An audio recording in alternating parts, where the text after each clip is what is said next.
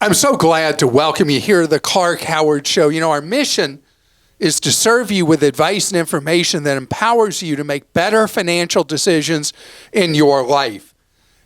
In today's episode, it's been clear that the big three cell phone companies are looking to run the price up on you a lot. I want to talk about ways you can fight back that are actually really easy. And also, you hear about second opinions or additional opinions when you're getting some kind of medical procedure, or you're getting work done to your home or work done to your car or whatever. It's one of those things that we hear about, we don't really do it well.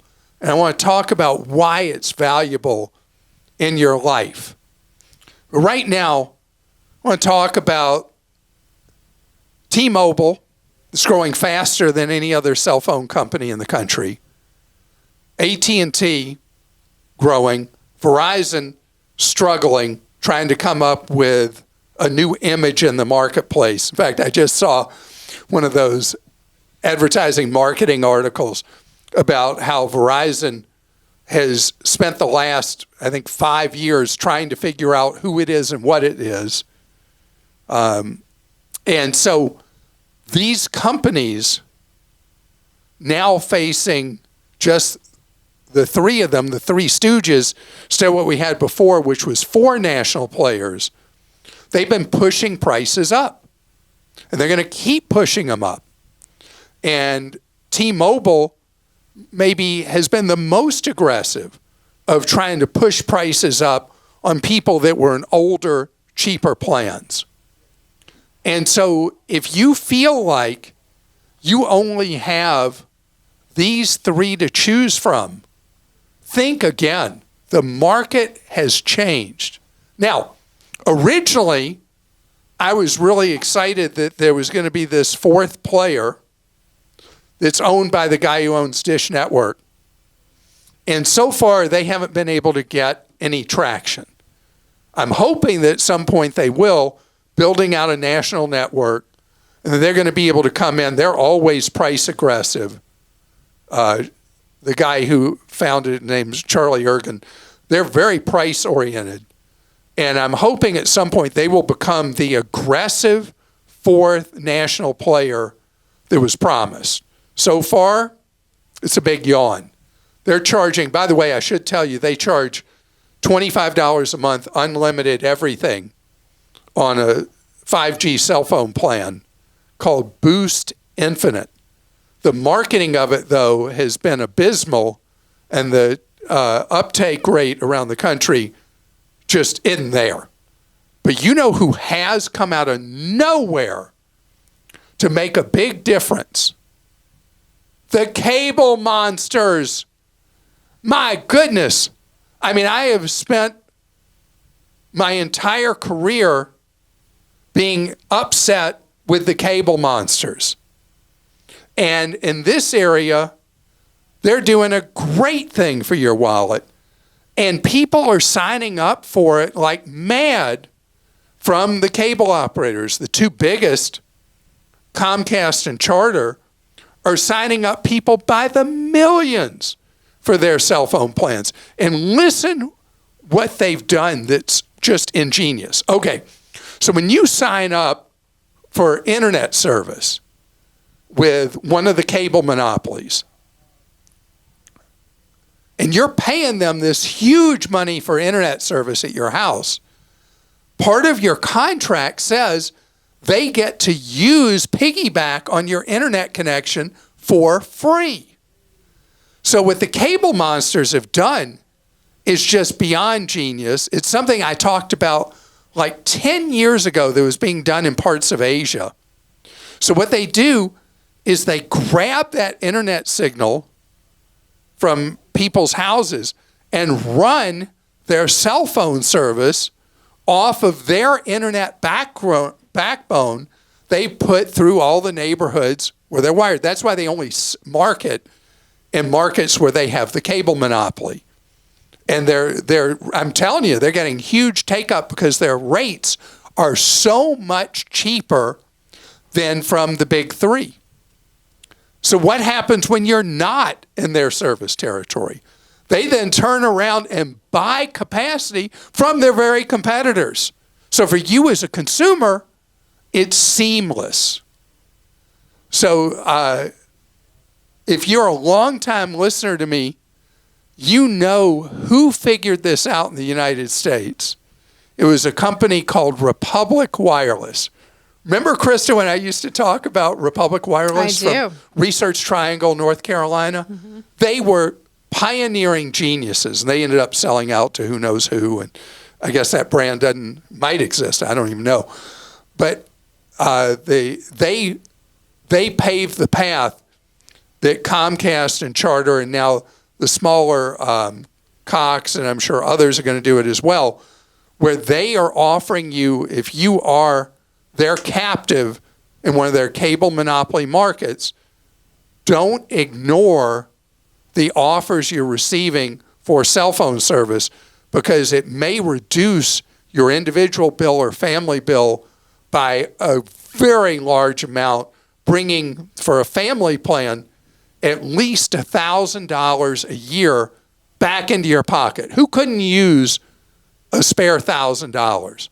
Now, I'm not even talking about all the other companies that we write about on Clark.com that are offering phenomenal deals that are no names. And what I love is so many people are now open to going to one of these no names that are offering cell phone service.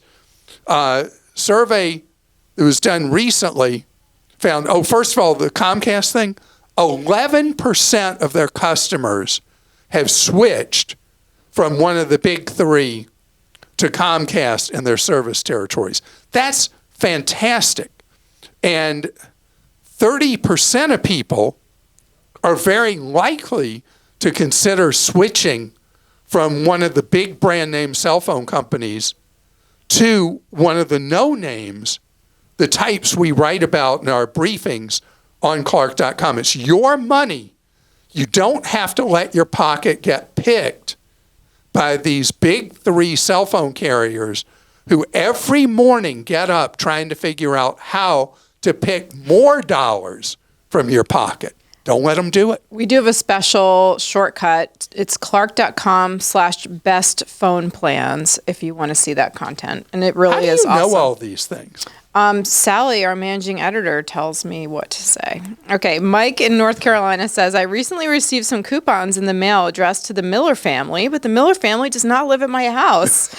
This mail out was a welcome to the area mailing, and while it was probably just a mistake, it makes me wonder about the possibility of somebody selling my house, and I wouldn't even know about it until later, maybe transferring the title, for instance.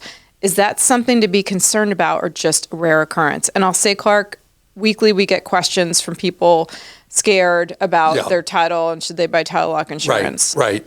So first of all, meet the Millers. We're the Millers. They're not showing up at your door. Federal Witness Protection Program. You know that reference, right? Yes. Okay. So this is something that happens to a lot of us. I get stray mail to our address for what I call UFOs.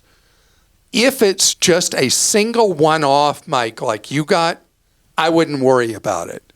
If you start regularly seeing things addressed to the Miller family showing up to your address, and maybe even first and last name of people named Miller, then you want to immediately contact it's typically your county office that handles real estate titles, and make sure there's nothing funny going on. And more counties offer a registry for free where you can register to receive notice if there's anything happening with the title on your house. Anyone doing an application for a home equity line of credit or anything like that, anything going on with a potential sale, whatever. So the pitches for the title lock kind of stuff, I don't recommend because it's such a rare crime, but I do recommend that all of us check with our county to see if they do in fact offer a notification service. It's a smart thing for them to do because they don't want to end up in these messy court cases that follow a thief trying to steal ownership of your home. As to who they're usually targeting, let me tell you, they're not targeting you, Mike. Who they're targeting is if they see a house that's looking decrepit, maybe abandoned, and they're going to check to see, oh, maybe it's an older resident who has died or moved into assisted living or something, home paid for. Those are the ones they're targeting, trying to steal. Eric in Massachusetts says, are HSAs, Roth IRAs, and Roth 401ks sheltered from state income taxes as they are from federal taxes? Eric, okay, this is so cool. This is a question no one has ever asked me, ever. So let's deal first with Roth IRAs, Roth 401ks. To my knowledge, they are exempt from state tax everywhere. No issue with those.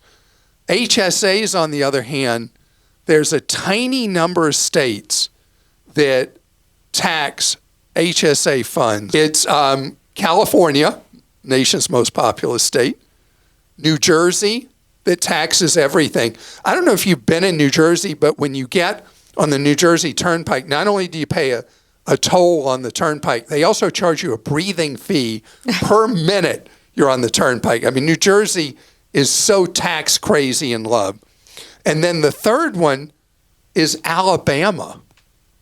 Taxes the money that's in there. And but not Taxachusetts, where Eric lives. Not Taxachusetts. All right, Elizabeth in Missouri says, please warn consumers on the super cheap forever stamps. They are fake, mostly made in China. USPS is implementing scanning to see if stamps are legitimate, but in most cases they are fake and cannot be used. And these are being sold all over the place. The number one conduit was Amazon.com, but I don't even think they're listed for sale on Amazon anymore, but they are widely being sold on the internet. They look much like a representation of a U.S. forever stamp of various styles.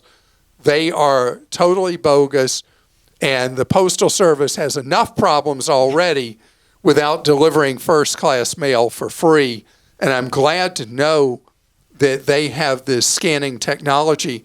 And I wonder if any of the forever stamps that we have are also bogus. I got mine at Costco, so I think they're probably okay. Yeah, Costco I wouldn't worry about. I did years ago before a price increase, I bought forever stamps on Amazon. Oh. Well, so the Amazon back when they problem, were really cheap. I remember the Amazon issue a lot of people had was they looked like it, but when you read the fine print in the listing, which I think they've made them take down, they were like doll size. They were like fake, like for doll house size stamps. No, these look just like yours are regular stamps. So I don't know. All right. You know, it's funny because you think about how much mail we used to mail, and I don't think I mail a letter a month now. Yeah. Not even.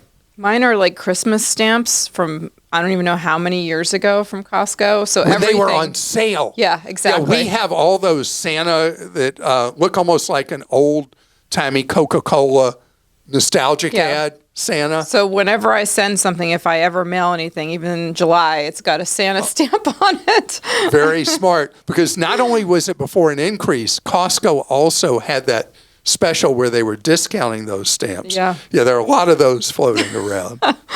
That's funny. All right, so coming ahead, as I promised, we're going to talk about how important it is to not just get a single quote for so many different things or a single opinion, because it's not necessarily that somebody's trying to cheat you. They could just be wrong. Okay, let's face it. We're kind of out of the habit of getting additional opinions. And the reason, or additional estimates, or whatever you want to call it, for different things. Because we went through the period during the labor disruptions of COVID, supply chain disruptions, the shortage of workers that was so severe in so many industries. I mean, I remember call after call hearing from people, I can't get anyone to call me back. I'm trying to get a bid to do this, that, or the other, and we're ready to go. I can't even get anybody to call me back, not even forget coming to see me. And then I love it. There was this period of time with anything people were doing to their homes where contractors said, oh, we don't give estimates. We just bill you as we go on a cost-plus basis. And people were so desperate to have work done, they were saying, okay, it sounds like a great plan. And then what's the if then? Then we'd hear from people who were way in over their heads with whatever they were doing because they had no idea what they were getting into. The imbalance in the market is over, but the old thing of getting estimates from different people, getting opinions from different people, that really hasn't come back. We got that mentality in our heads, oh, I should just be happy they're going to do it. No. Okay. So you go to a doctor says, this looks really bad. We're going to have to do blah, blah, blah, blah to you. Or you go to a dentist and they say, wow, I mean, we got to, rip these out and do this and do this grafting and blah, blah, blah. Yeah, maybe. Also, maybe not. We understand in medicine and dentistry the value when you're being told there's something bad wrong with you. Bad grammar, I'm sorry. That you go get other opinions. It's part of the business. It's what people in medicine know you're going to do. And very wise. Because it's your life, your health, and your money, all three on the line at the same time. So, at the same time, you don't get an estimate when your car is misbehaving from somebody else or an opinion from somebody else, and hopefully more than one other somebody else. That person could be wrong at the place that says you need a da-da-da-da-da-da-da-da. And we are in, with cars, we are in an inferior position because most of us, we might know how to put gas in a gasoline car. We might know how to plug in an electric charger in an electric car. And that's the end of our knowledge. And so you are in a position where somebody tells you blah, blah, blah. And you're like, okay, I guess I need a whatever. And thousands of dollars later, you get your car back. And what's the standard thing that happens so often that we hear about in our Team Clark Consumer Action Center, it's Car Monday, every Monday, we hear from somebody who had some terrible story involving their car on the weekend. We know it. It's like clockwork. We're going to hear about that. You avoid that by, and again, the person could be in good faith telling you need the blah, blah, blah, blah, blah. But you get that second opinion, maybe a third opinion, because cars are expensive and you have to have them working, expensive to run, expensive to repair, all that. And maybe you need that, maybe you don't. I had a gentleman, last time I talked about the car repair thing, he said, please tell people about heating and air repair. And I'm like, I'm all ears. The guy is a heating and air professional.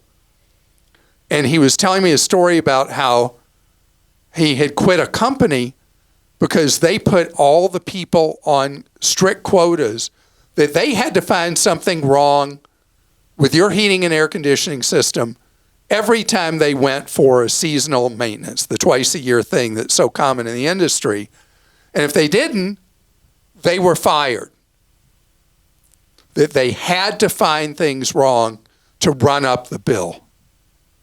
Now, I'm assuming that that's an exception. And most people in heating and air are as honest as could be. But he's like, you got to talk about this. So now I've done so. And so whenever you're having something done, like let's say you're having, you want to do an addition or improvement to your home or update something in your home, you want that to be something that is thoroughly clear what the scope of work is, what materials are going to be used, what the work schedule is going to be, if there's any penalties for late completion, what happens with cost overruns, et cetera, and you want multiple quotes from multiple home improvement contractors.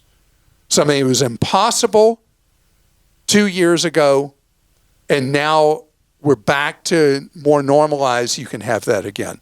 And I could name industry after industry. The point is clear.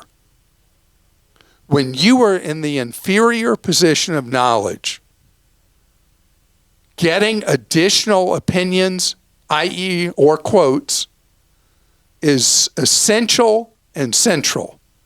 And what goes without saying, I've always talked about with car repair, you want to have an existing relationship with a mechanic you know and you trust.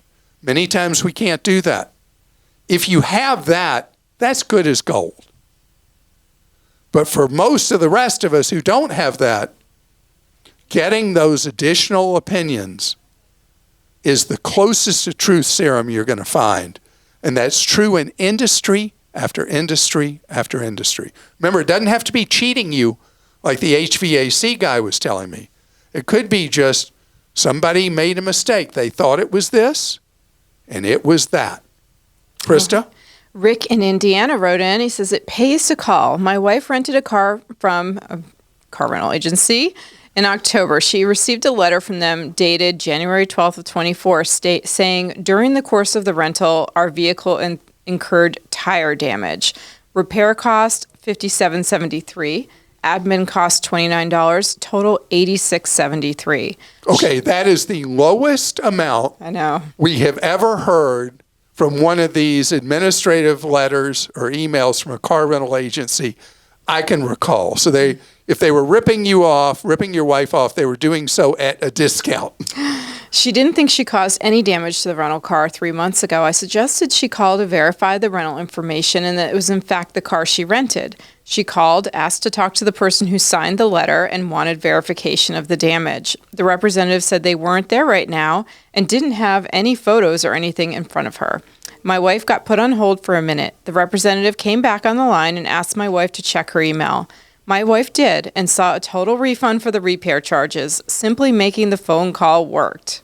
Okay, I love this story because we're hearing one conundrum after another where weeks or months later, people are, without notice, getting these huge bills, many times just put through as a charge on their credit cards, where the car rental company says you did X, Y, Z. That's why, and what I do would not have prevented this one. I shoot a video of the car rental when I return it and hold on to it in case the car rental agency says later, you dinged this, you damaged that, you dented the other, because it's happening. We're hearing from so many people that this is happening to them. And I'm so glad you stood up for yourself and got that bill wiped out. Pat in California says, is it to a consumer's advantage to register major appliances when purchased? They not only ask for your mailing address, but also for a phone number and email address, and this gives them permission to annoy the consumer with promotional emails, texts, and phone calls. So the compromise here that I've come to over the years, you don't have to register something in order to have the warranty in place.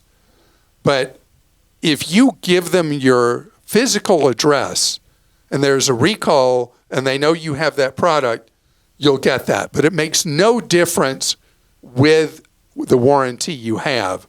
I would, for the exact reasons you said, I would not give them your email address, and I would not give them your phone number. Your physical address is, they can take one of those counterfeit stamps from China and they can send you the envelope. Mike in Oregon says, I very much appreciate your advice and listen every day on my 5 a.m. run in the South Eugene Hills. Wow. Yeah. Pretty 5 a.m. impressive. Do you see 5 a.m. except by accident? No. I often see 3 or 4 a.m. and then I go back to sleep. I learned recently that my 8-year-old daughter may have been the victim of something called a brushing scam. A package was delivered in her name to her grandparents' house. I don't really understand what this is and what the implications of it are. I'm hopeful you could please explain. As part 2 to my question, I'm feeling that at a minimum, someone has some of my daughter's information and I would like to freeze her credit. However, after listening to your show in which you described the potential perils of sending all of her info into a potential third party, I'm not sure what to do. I'm intrigued by your suggestion of making her an authorized user on a credit card and getting a sort of backdoor entry into the system.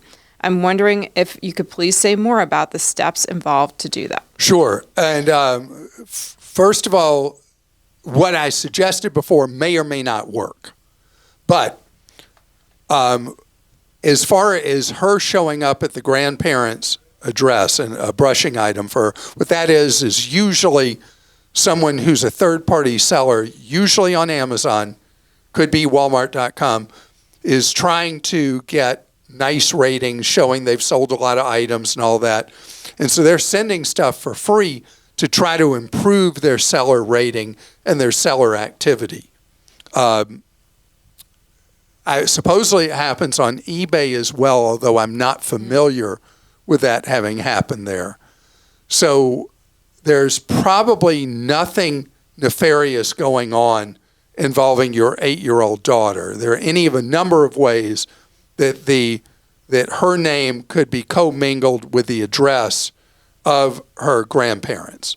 So I wouldn't fret about that.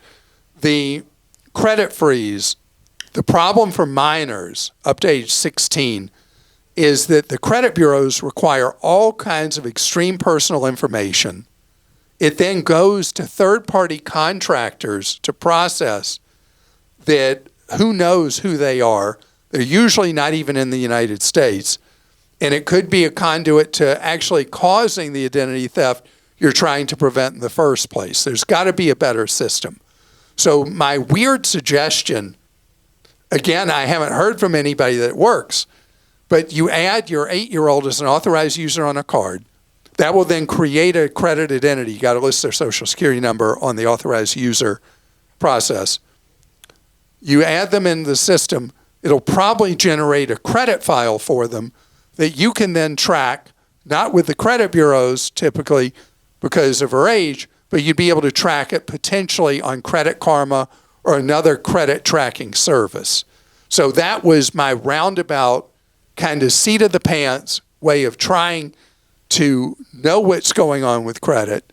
And you could, when I talk about Equifax, TransUnion, and Experian cheapening out and not doing good security and hiring these UFO independent contractors anywhere in the world, the odds are they're going to process that key personal information like social security card and all that honestly and legitimately. You just don't know. And that's why there's an enhanced risk up front. The benefit of having the freeze in place prevents somebody taking over the identity of a minor child, which is a very popular activity of criminals to do, is to create basically a new synthetic identity that is undetected for years and years and years. So it is a shot in the dark. What's the best solution here? It's just the way credit freeze for minors is done, I don't like it. I don't like how it's being done, and it should be improved. And I want to thank you so much for joining us today. Hope you have a great rest of your day. Know what we're devoted to is you, your empowerment with knowledge that gives you ways to save more and spend less and always avoid getting ripped off.